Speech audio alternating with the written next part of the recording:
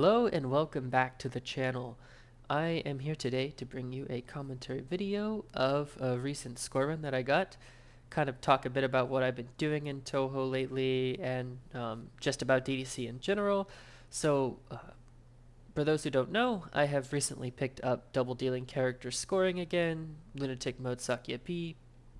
This is a category I played back in 2017, but I have recently picked it up again at the start of this year, and I've been playing it for like the past 3 months, and I've had quite a lot of fun. So I want to talk about it a bit, go through the run, talk about the route, etc., talk about how DDC works.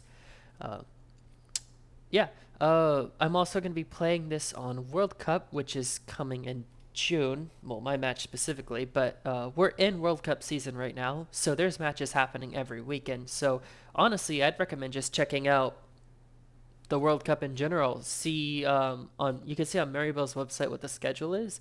It'll convert to your local time zone automatically, so you can see when the next matches are. So come on out, support World Cup, see everyone's matches, have a good time.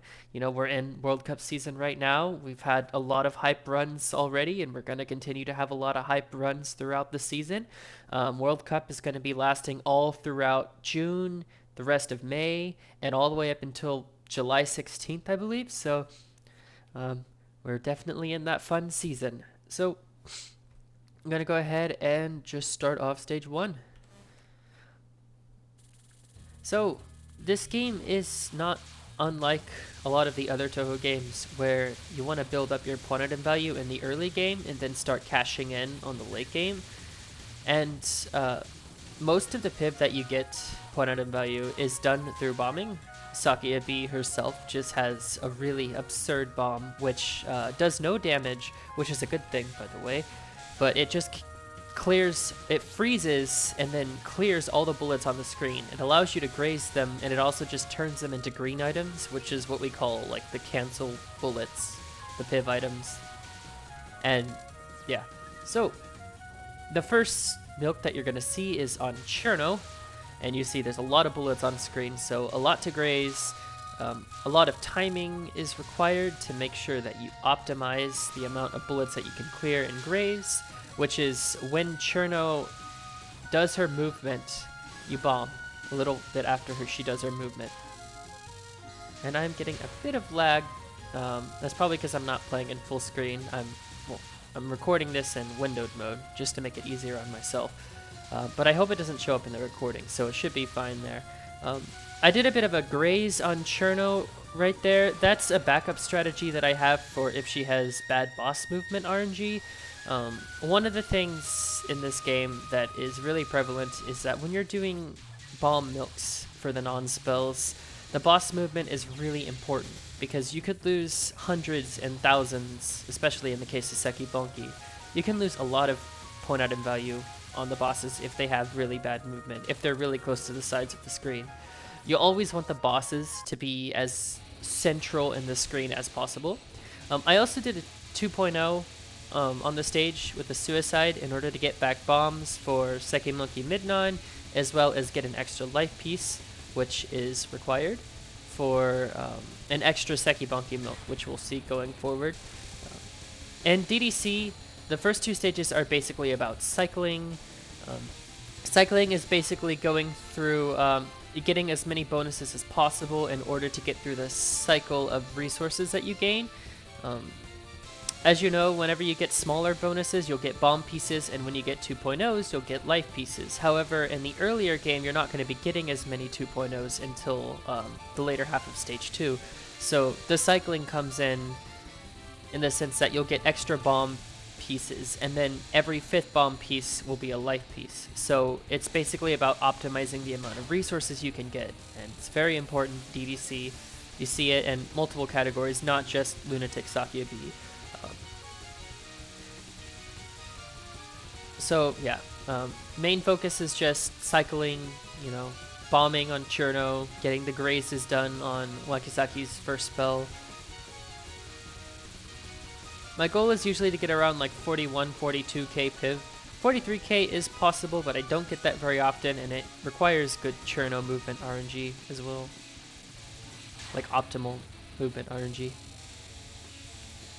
So there is a super graze that you can do on this spell. It's not really a super graze, it only gets you like 100 graze or so, but it's not actually really that worth it because you do lose like 1,000,000 of spell bonus because you kill the spell slower. So, I mean, you can do it, but you mostly just break even and it's usually not that relevant. So stage 2 is where the cycling gets a little bit tougher because there's a lot of bonuses that are a little bit tricky. It is a mostly consistent stage, like, you know, if you're well practiced, you can do this nearly every time. However, you know, these are a little bit tricky. This one in particular, you gotta make sure you leave one wisp alive so that you can have those extra items. You can do this with all the wisps killed, but you'll wanna leave one alive for that. So yeah, as you can see, I'm just splitting a lot of the bonuses because you don't necessarily want to go for the big bonuses until after the mid-boss of this stage. So very important that on this Dawn spell, none of the wisps are killed because you want all of them on screen in order to fire bullets.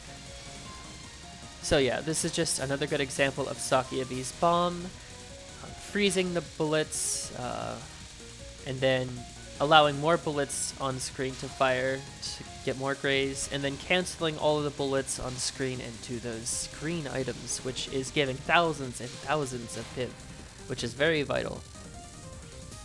Most Touhou games are completely dependent on point item value, so point item value games are very important to make sure that the late game cash-ins are really good. DDC is also a game with heavy emphasis on survival, because the spell bonuses are pretty, well, they're big in this game. They're pretty sizable in this game. Not as big as, you know, Imperishable Night or Perfect Cherry Blossom, obviously, but they are important. They'll be more relevant late game, of course. So now I'm going to start getting to 2.0s because, you know, the stage design basically allows that now. Because there's more enemies and more items and just more opportunities. I will squeeze out an extra small bonus here. So there is an extra milk that you can get on Sekibonki, that in order to get that, you basically have to not fail a single bonus, because you have to cycle through a certain amount of times to get a final life piece before Sekibonki's final spell. Now, if you fail a boss attack, you do not get a piece for it, which means that you have to make sure that you don't, you know, fail any of the boss attacks that you're supposed to capture. You have to make sure that you get every single bonus right. Just everything, every cycle has to go right in order to get this extra milk. So I talked about boss movement affecting PIV earlier, and it's really notable on Sekibonki in general, because if she camps the sides of the screen, you're going to lose potentially thousands of PIV, depending on how long she stays there. It's basically very bad. And unfortunately, she is camping the sides of the screen in this run. There is a chance that the boss will follow you, but it's not guaranteed. So you're honestly just at the mercy of the boss's movement. And as you can see, that was a very nasty camp in the top right corner. So I've already lost like a bit of PIV, and it definitely does hurt, but you know, nothing you can do about it. So 9 head actually matters now, because you want to squeeze out that extra 2.0, and in order to do that, you have to kill 3 of the heads and then kill Sekibonki all in quick succession. So the whole spell is going to be about managing your damage on the 3 heads so that you can kill them one by one and then finish off Sekibonki herself while getting a bit of graze from the lasers. I don't usually go too hard on the graze here just because I like to play it safe and make sure I can actually get the bonus, but you can graze a little more on this spell if you want to go all the way. So yeah, as you can see, the bonus I got from the bonus was the 2.0, and then I also got the life piece from just clearing the spell, capturing the spell. So that brought me to that extra life that I need here. And then I'm just going to cycle through my bombs and lives and basically enter stage 3, 0-0, which is the standard for DDC, Lunatic. I mean, standard for most categories, honestly, in this game. So I did lose out on a bit of damage, so I had to focus there, but I still had 2.78, which is the standard power that you'd want to have into stage 3. You do have to do a lot of unfocused shooting on Segibonki because you need to make sure that you have just enough power entering stage 3 to get 4 power starting mid-boss Kagero, and I'll talk about that later. For now, let's go ahead and get into stage 3. So stage 3 is interesting because there's a lot of 2.0s, but in between the 2.0s, there's these smaller bonuses that you want to get as well for the purposes of cycling. The cycling doesn't just stop after stage 2. I mean, it's a thing that you do throughout the game. Just squeezing out small bonuses in between 2.0s in order to keep your resources going, and make proper use of the extra enemies on screen, of course, as well.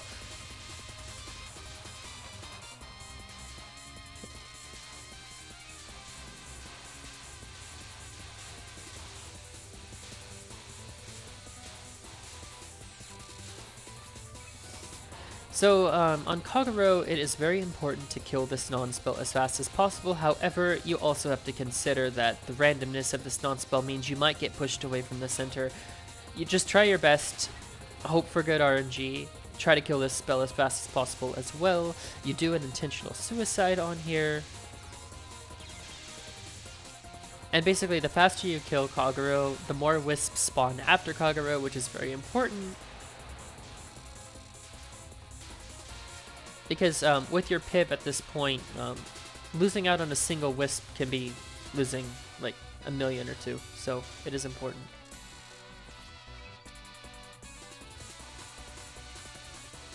I did miss out on a wisp, by the way. My Kagero kill was just slow enough to miss out on one wisp, unfortunately, but it happens. The ideal bonus there is actually a 20 million bonus, but it's hard to get.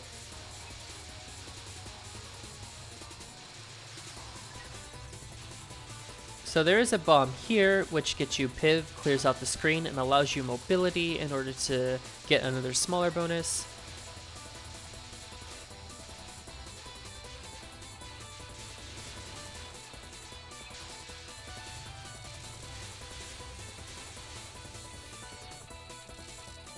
Okay, so Kagero's fight is rough, as you know, and it is important to get the spell captures if you can. However, I mean, it is Kagero, so, you know, consistency is always going to vary on this fight here. The important part is that you make use of the milks for her second and third non-spells. The first non-spell isn't worth bomb milking because there just isn't enough bullets to really warrant it. You also have a limited amount of resources. I did bomb there because I saw it was getting nasty. That's unfortunate, but it is what it is. It's Kagero, you know, spells will be failed, so... or they can and will be failed from time to time. So, the timing for this is basically on the third ding sound effect, like you count to 3 basically before you bomb, and it's very important to get the timing right, especially when you go to do the suicide, because if you bomb too late, while you're like respawning, you'll clear one of Kagero's waves and you'll get less Piv on the next bomb. So you have to make sure that your timings are good. Also want to graze around the ring, which you saw earlier. Full Moon Howling, you basically always get into with no bombs, so just go YOLO, try as best as you can, try to get this capture. It's a very random, crazy spell, so it's hard to be consistent on, but it's not as bad as it looks. Well, most of the time. You do have to dodge 3 waves of it. I'm gonna do a suicide here in order to get more bombs so I can milk non 3. Quantitative value is everything in this game, as it is with most games, so these milks are very important. These thousands of Piv that you see are going to give millions and millions of extra score cumulatively throughout the rest of the game, so that's just how it goes.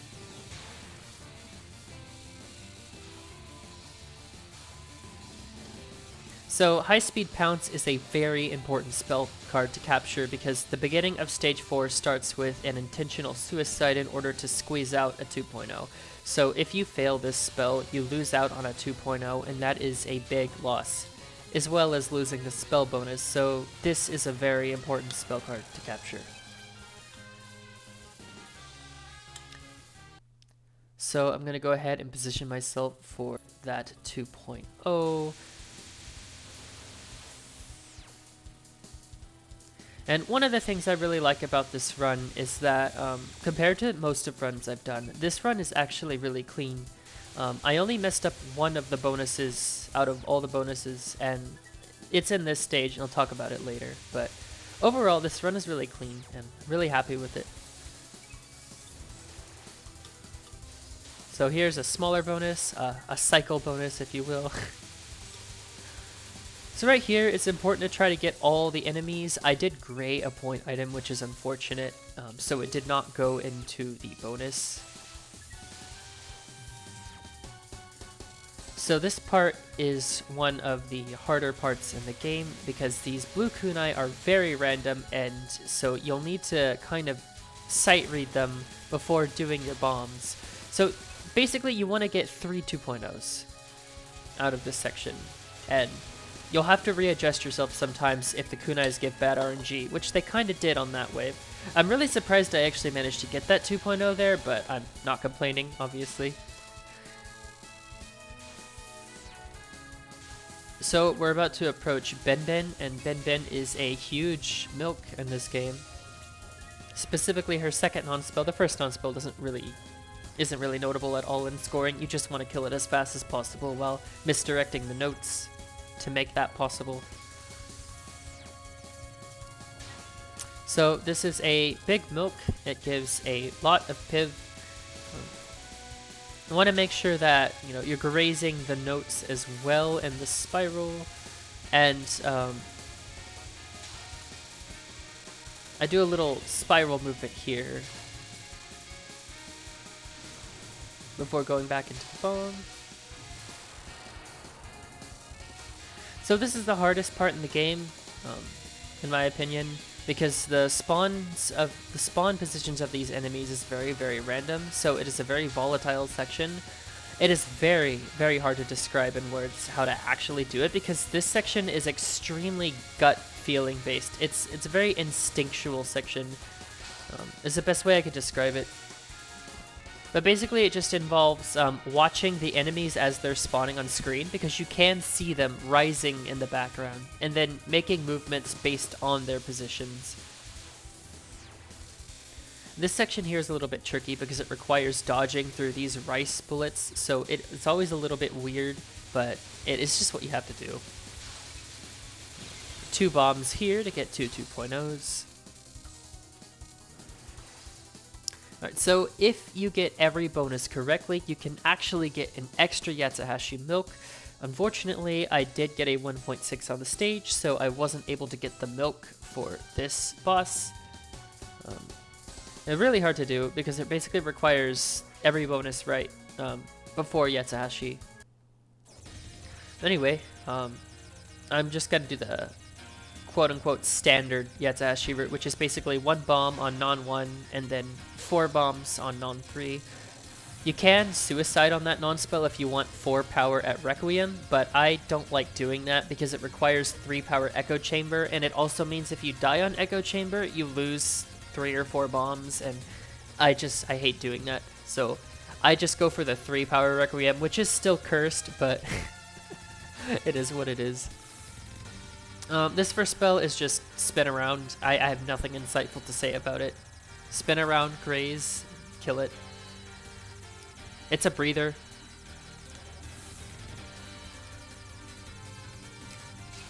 Second non-spell, don't underestimate it. This non-spell is easy most of the time, but it will give you tricky waves from time to time. So it's one of those things that you just can never sleep on.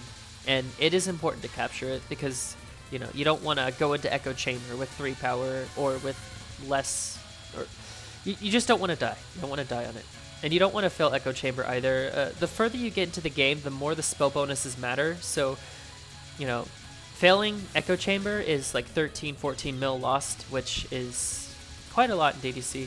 It could be the difference between a 100 benchmark, It could be like the difference between 2.2 and 2.3, etc. So I'm going to do the 4 bombs on this. Basically, I always go into Requiem with 1 life and no bombs. So I can basically just go all out on Requiem, try to go for the capture. If I die, that's okay. I have a backup route to start stage 5 in. There's 2 different ways to start stage 5, so you can basically just let yourself go all out on Requiem, essentially. I used to bring a bomb into Requiem, but then I found out it wasn't necessary. This is, you know, one of the hardest spell cards in all of Touhou. It's definitely the hardest spell in this game. I did pretty well on it, but yeah, things happen. It is a shame, but you can't win them all. I did manage to squeeze out 900 mil going into stage 5 though, which is nice. So if you die on Requiem, you'll have to bomb instead of suicide at the start of this stage. And it's a little bit wonky because the random spawns can mean that sometimes you might get a 1.6 on this opener bomb, but it worked out really well there. I even got 30 mil from that bonus.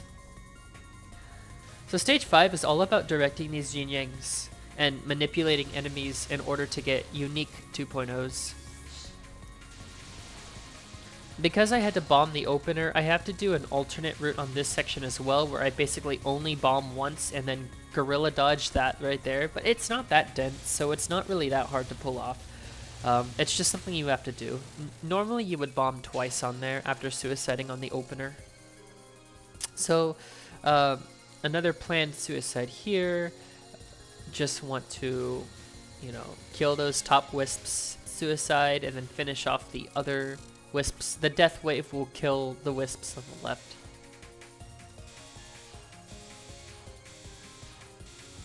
So this part here is, it's all about timing and knowing which enemies to kill and which bomb. That looked like a mistake, but it wasn't, you know, the death bomb. I just happened to bomb at the time a bullet was near me, but I was always gonna bomb there for that 2.0. Seija Midnon is not too notable, although you can bomb on it, and optimized routes do bomb on it to get an extra 3000 piv, but I always save my bomb for RNA because I think this spell is just really threatening, and I bomb if it gets tough, but I got free RNG here, so if I ever get like super good RNG, I'll just go for the capture, and then I'll just use the bomb to get this 2.0. That 2.0 is really, really tricky. It's way harder than it looks because basically you don't have a lot of time to work with, and if you gray an item, it doesn't get added to your bonus, and your chain breaks, and it just, yeah. So here, I'm using a bomb to clear the bullets and allow myself to squeeze a 2.0 out of these enemies. There's one fairy on the left that unfortunately just does not fit into any of the bonuses. That is planned, that no bonus. It feels awkward, but it's just how it goes. It's like the fairies in UFO Stage 5 that don't have their items into a UFO because there's just no opportune time to put them in a UFO. So planned suicide there, and then just gonna bomb here, leave about 4 of these alive. Unfortunately, even though I, you know, started shooting a little early, one of those Jin-Yangs got away. It happens. It's a shame, but all the bonuses, I did get all of the bonuses at least on this stage, which is nice. I have pretty good resources into Seija, and Seija is, you know, Seija's a nightmare. This game is very infamous for game overing on Seija. You know, like in EOSD and UFO, there's a lot of stage 6 game overs. In DDC, that's on stage 5, so the parentheses 5s are really common. Since you're in stage 5, spell bonuses are really important, so failing spells on Seija is really bad, and you're going to be low on resources anyway, so, you know, you're always on the verge of game over. Well, you're usually on the verge of game over on Seija at a certain point once you run out of lives, which if the ideal situation is to capture a spell and then suicide and then use your next 3 bombs on the non-spell and then capture the next spell and then suicide again, etc. If you die on the spell, that's a shame, but usually you try to go into all the spells with 0 bombs so that you can just go all out. However, if we're being real here, you don't even want to fail the spell anyway. You know, it's really important to capture these spells. You know, 14 mil there, as you can see, and it only gets worse as you go on, because the Shinmyo Maru spell bonuses are even bigger, although Shinmyo Maru is an easier fight, so yeah. Seija is definitely really hard, and I mean, it just is what it is. Very random patterns, very difficult patterns. I'm going for my milks here. Try to get as much piv as possible so that the stage 6 bonuses are as high as they can be for what I have.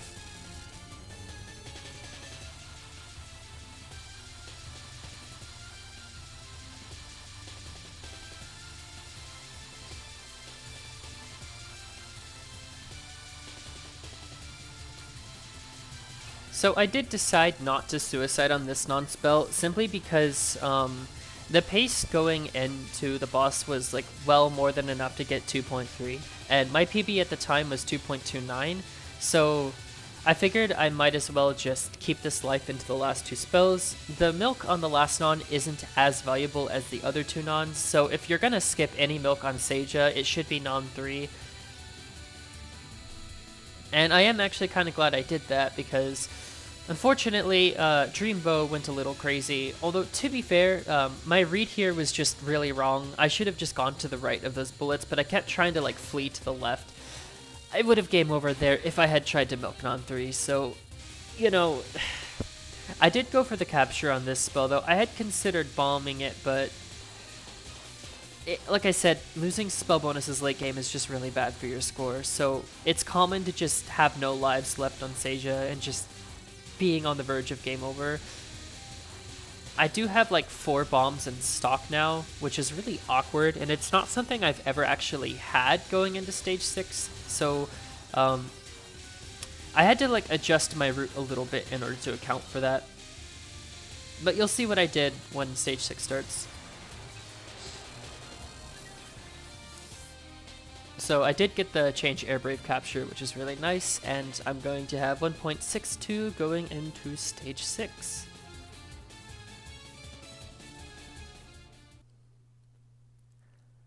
Alright, so because I have 4 bombs and I do an intentional suicide on this stage, I have to find a way to use these bombs, so I opted to bomb on the opener just to make this a little easier.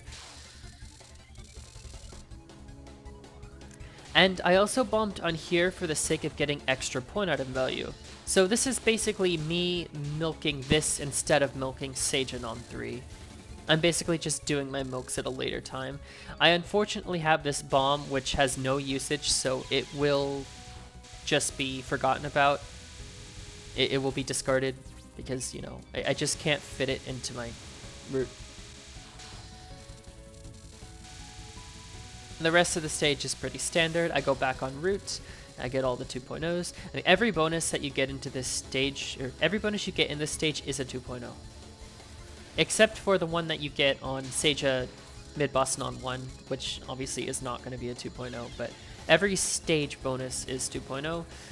The only mistake I really made on this stage is that right here, I failed to kill this last wisp before moving to the right. I tried to kill it, but I just didn't stay enough on the left to get it, and so I lost like a few mil there, and that it still feels weird. it still bothers me, but it is what it is. You know, can't win them all. So this is the 1.6 that you get on the stage portion, which it's yeah. So I bombed here to get extra piv because I'm going to do a planned suicide on Shinmyo Maru. So, you know, you can use a second bomb, and it's actually more optimal to use the bomb on that non, but I wanted to save it for the opener because the opener is just, it's just nuts, and I just wasn't going to have it this run, you know. I didn't want to deal with the opener this run, and I'm glad I saved the bomb because, you know, it helped. Also, 2 billion into Shinmyo Maru, I've never had that before, so I was pogging. So I actually did get decent RNG on wave 1, but then wave 2 looked a bit scary, so I just decided not to risk it. I would have suicided anyway, so I mean, there was always a reason to bomb there.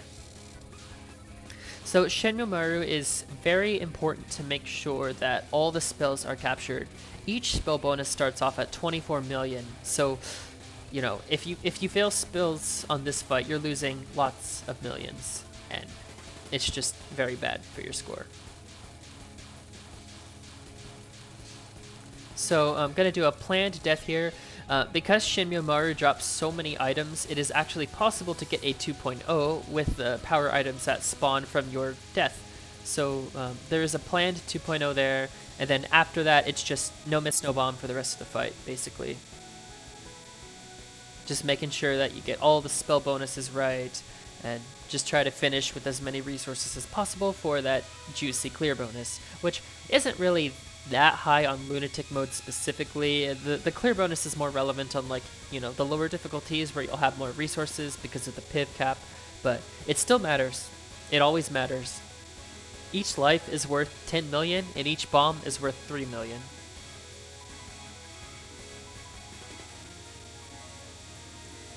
In my previous PB, I had 2.29 bill and I died on the final spell, and so the 10 million from that life would have brought me to 2.3. I mean, I would have had the spell bonuses as well, but yeah, never underestimate the power of the clear bonus. The good thing about Shinmyo Maru is that, unlike a lot of the final bosses, she's actually fairly reasonable. She has a few dumb RNG patterns like non-spell 1 and spell 1, but after that, the fight becomes really manageable because a lot of Shinmyo Maru is just memorization and strategy. There isn't a lot of like crazy hard RNG patterns. This is no Remelia, this is not Byakurin. So although this fight is a bit daunting, it's very learnable and rewarding for practice. This is honestly one of my favorite fights in all of Touhou. Little Princess is also my favorite song in all of Touhou. I really like DDC Stage 6 in general. I think it's a really well-rounded stage, fun boss, cool stage, good music. This spell is one of my favorites in this game, by the way. It is completely memorization, but the execution is really fun, and yeah, I just like that spell. Shining Needle Sword is a really good spell. Really fun. This non-spell can get a bit haywire sometimes, and get a bit crazy, so do be prepared to bomb. I am always prepared to bomb if it gets stupid, but it was nice, so no bomb needed. This spell is a pain, however it is memorization. The hitboxes are a bit scuffed because the Sakuya Marisa hitboxes are... It allows for a lot of clip deaths, however, this spell isn't really random. There's slight RNG on the blue kunai angles, which actually did matter a bit in this run. It did get a bit sketchy on the final restream. This restream in particular. I consider this a final restream, honestly, because it's the last relevant part of this spell. So the angles were a little bit closer to the left more than usual, so I had to squeeze a bit there, but it worked out. I mean, it's never impossible. This spell is never impossible, so... And then this spell here is a bit of a breather spell. Compared to... This is probably the easiest spell card in Shinmyo Maru to capture, if I'm honest. It's just strategy, just technique.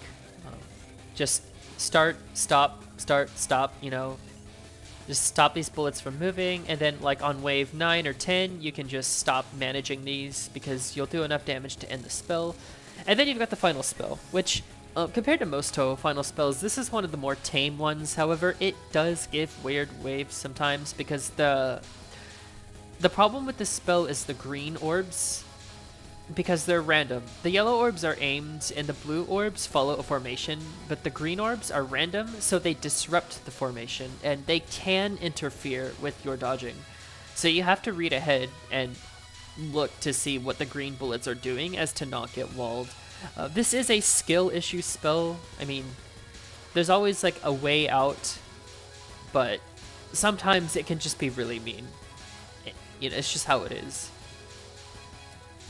Like there, it got a little bit stupid because of that green orb. It's always the green orbs on this spell. Those are the threat, even though they're the ones that appear on wave 1. Anyway, it went pretty okay outside of that one sketchy situation. So I got the spell bonus, full spell shimmy, which I'm still really happy about. And then I got the, it doesn't show on the replay viewing, but I got a 50 mil clear bonus because I got the 18 mil from the stage clear, and then I got the 20 mil and then the 12 mil from the lives and bombs respectively. So 2.343 bill was the final tally.